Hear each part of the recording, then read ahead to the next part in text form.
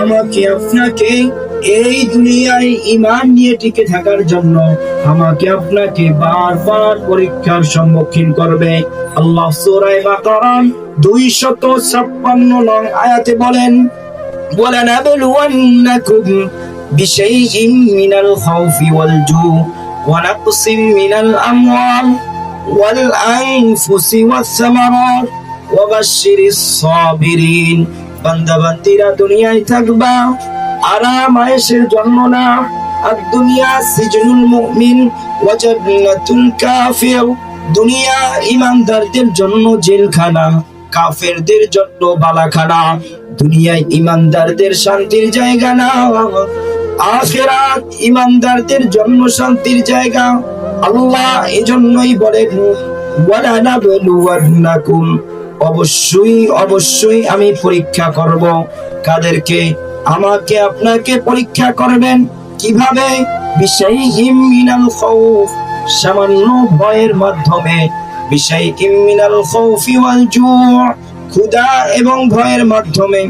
ওয়া নাফসিম মিনাল আমওয়ালি ওয়াল আনফুসি ওয়াস সামারাত, আমার আপনার জান এবং মালের ভয়ের মাধ্যমে, ক্ষতির মাধ্যমে।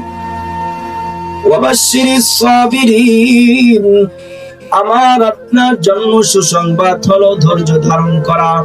আমি আপনি যদি ধৈর্য ধারণ করতে পারি, আমার আপনার জন্য আল্লাহ সুসংবাদ দিয়েছেন ঈমানদারদের জন্য সবের, যে ধৈর্য ধারণ করবে তার জন্য মহা পুরস্কার।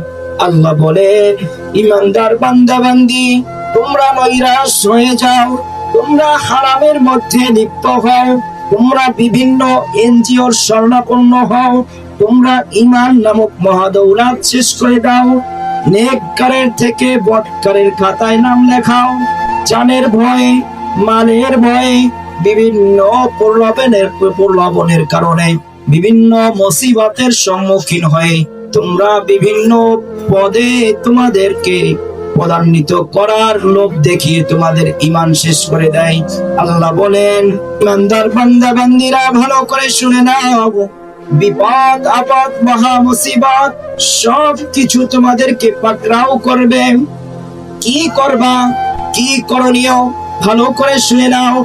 আল্লাহ বলেন, আল্লাযীনা ইযা আসাবাতহুম মুসিবা ক্বালু ইন্না লিল্লাহি ওয়া ইন্না ইলাইহি রাজিউন।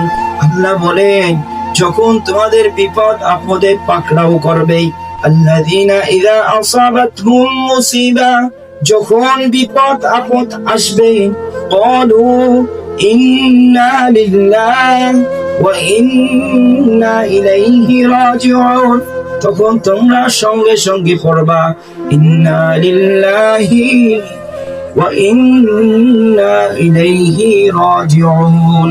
সরকারে দো আলম মুহাম্মদুর রাসূলুল্লাহ সাল্লাল্লাহু আলাইহি ওয়াসাল্লাম বলেন, আমাকে আপনাকে সরকারে দো আলম বিপদ আপদের সম্মুখীন হওয়ার সঙ্গে সঙ্গে একটা দোয়ার জন্য বলছে, ইন্না লিল্লাহি ওয়া ইন্না ইলাইহি রাজিউন, আল্লাহুম্মা জুরনি ফি মুসিবাতি ওয়াখলুফ লি খায়রাম মিনহা।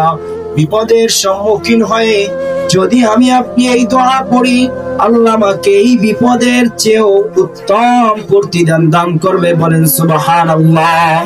মুহতারাম হাজিরিন, আজকের আলোচ্য বিষয় ছিল এই দুনিয়ায় সংক্ষিপ্ত সফর, এই দুনিয়ায় চিরকাল থাকতে পারবো না।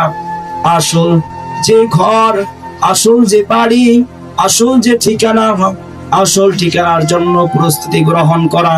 আল্লাহ আমাদের সকলকে রাসূলের সুন্নাহ মোতাবেক জীবন পরিচালনা করে সকলকে নেককার বান্দাদের তালিকায় নাম লিপিবদ্ধ করে ঈমান নিয়ে দুনিয়া থেকে যাওয়ার তৌফিক দান করেন। সকলে বলি আমিন।